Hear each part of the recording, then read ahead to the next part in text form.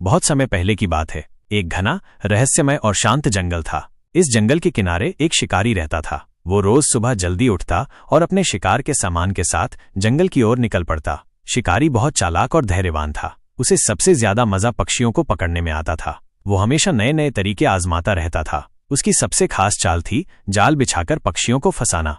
एक दिन सुबह सुबह वो अपने जाल और दाने के साथ जंगल की ओर निकल पड़ा। वो ध्यान से इधर उधर देखता जा रहा था, किसी अच्छे मौके की तलाश में। थोड़ी दूर जाने पर उसने आसमान में उड़ता हुआ कबूतरों का एक बड़ा झुंड देखा। उसकी आंखें चमक उठीं। उसने मन ही मन सोचा, आज तो बड़ा शिकार मिलेगा। वो तुरंत जमीन पर झुका और जाल फैलाने लगा। उसने एक खुली जगह देखी और वहां जाल बिछा दिया। जाल पर उसने भरपूर दाना बिखेर दिया ताकि कबूतर लालच में आ जाएं। शिकारी जल्दी से पास की झाड़ियों में छिप गया और सांस रोककर बैठ गया। कुछ ही देर में कबूतरों ने दाना देखा और नीचे उतर आए। वे भूखे थे और दाना उन्हें बहुत लुभावना लग रहा था। जैसे ही उन्होंने दाना चुगना शुरू किया, उनके पैर जाल में फंस गए। अचानक जाल ऊपर से गिर गया और पूरा झुंड उसमें फंस गया। कबूतर फड़फड़ाने लगे, चीखने लगे, लेकिन कोई निकल नहीं पाया। शिकारी दूर से मुस्कुरा रहा था, मानो उसकी योजना पूरी हो गई हो। कबूतरों में घबराहट फैल गई। सभी बेबस और डरे हुए थे। कुछ कबूतर इधर उधर छटपटाने लगे। कोई पंख मार रहा था, कोई जोर जोर से चिल्ला रहा था, लेकिन सब जाल में उलझे हुए थे और कोई रास्ता नहीं दिख रहा था। झुंड में अफरा तफरी मच गई थी। शिकारी सोच रहा था कि अब बस जाकर उन्हें उठा लाऊं, लेकिन तभी एक शांत और साहसी आवाज सुनाई दी। वो आवाज थी कबूतरों के राजा की। उसने पूरे झुंड को संबोधित करते हुए कहा, डरो मत साथियों। कबूतरों के राजा ने सबको शांत रहने को कहा। उसने समझाया कि डरने से कुछ नहीं होगा। अगर हमें बचना है तो हमें एक साथ प्रयास करना होगा। हम सब मिलकर उड़ने की कोशिश करें तो शायद जाल को भी ऊपर उठा सकते हैं। शुरुआत में कुछ कबूतरों को शक हुआ कि ये कैसे संभव होगा, लेकिन राजा की समझदारी और आत्मविश्वास ने सबको प्रेरित किया। सभी ने एक साथ पंख फैलाए और पूरी ताकत से ऊपर की ओर उड़ने लगे। आश्चर्यजनक रूप से जाल हवा में उठ गया।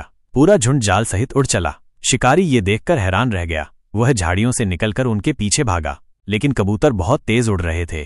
शिकारी थक गया और रुक गया। उसने हाथ मलते हुए कहा, आज तो हाथ से निकल गए। वहीं दूसरी ओर कबूतर उड़ते रहे अपनी आजादी की ओर।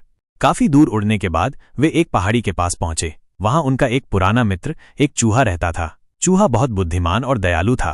कबूतरों के राजा ने उसे पूरी कहानी सुनाई। उसे विनती की कि वो जाल को काट दे।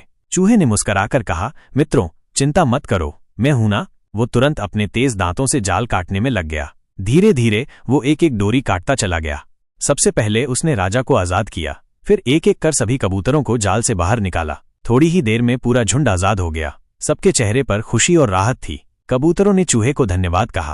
राजा ने कहा, तुमने हमारी जान बचाई, हम हमेशा तुम्हारे आभारी रहेंगे। चूहे ने मुस्कुराते हुए कहा, मित्रता सबसे बड़ा रिश्ता है। फिर सब मिलकर खुशी खुशी आसमान में उड़ चले। उधर शिकारी अब भी उसी जगह बैठा था। उसकी योजना नाकाम हो गई थी। वो गुस्से से हाथ मलता रह गया। उसने सोचा कि चालाकी से बड़ी होती है एकता। अब वो समझ चुका था कि सभी को हराना इतना आसान नहीं। कभी कभी जानवर भी इंसानों से ज्यादा समझदार होते हैं। उस दिन के बाद उसने कभी पक्षियों का शिकार नहीं किया। उसे एक बड़ा सबक मिल चुका था। इस कहानी से हमें एक गहरी सीख मिलती है। एकता में बहुत ताकत होती है। अगर हम सब मिलकर कोई काम करें तो कोई भी मुश्किल आसान हो सकती है। डर से नहीं, समझदारी और साथ से काम लेना चाहिए। मित्रता और सहयोग से बड़ी कोई ताकत नहीं होती। हमेशा दूसरों की मदद करें, जैसे चूहे ने की। एक समझदार नेता और एकता से असंभव भी संभव हो सकता है, और यही है सच्ची एकता की पहचान। आपको ये कहानी कैसी लगी, कमेंट करके बताएं। और कहानी अच्छी लगी हो तो वीडियो को लाइक और चैनल को सब्सक्राइब जरूर करें। सब्सक्राइब करने में कंजूसी न करें, क्योंकि ये आपके लिए बिल्कुल मुफ्त है। धन्यवाद।